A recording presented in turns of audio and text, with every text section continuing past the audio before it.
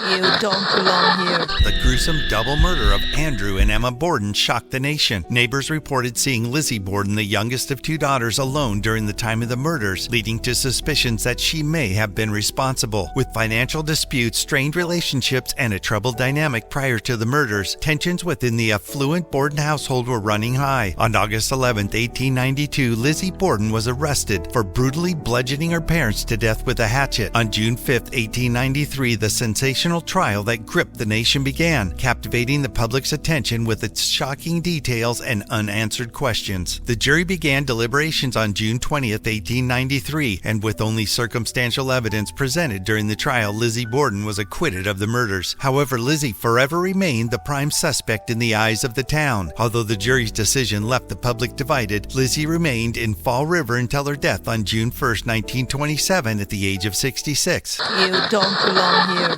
The Waverly Hills Sanatorium, located atop a hill in southwestern Louisville, Kentucky, was opened in 1910. It was built to care for patients in the advanced stages of what was called in the early 1900s the White Plague, more commonly known as tuberculosis. After the antibiotic streptomycin was introduced in 1943, the sanatorium eventually closed in 1961 after 51 years, leaving behind haunting tales from staff and visitors alike. The most haunting tale is the legend of Room 502. It is said that a nurse, overwhelmed by the suffering around her, took her own life, leaving a lingering presence behind. Perhaps the most spine-chilling aspect of the sanatorium is the infamous body chute, or death tunnel, a 500-foot underground passage that was used to transport deceased patients away from the hospital discreetly. It is believed that their tortured souls still wander the tunnel's depths. Today, the sanatorium is considered by some as one of the most haunted places on Earth. You don't belong here.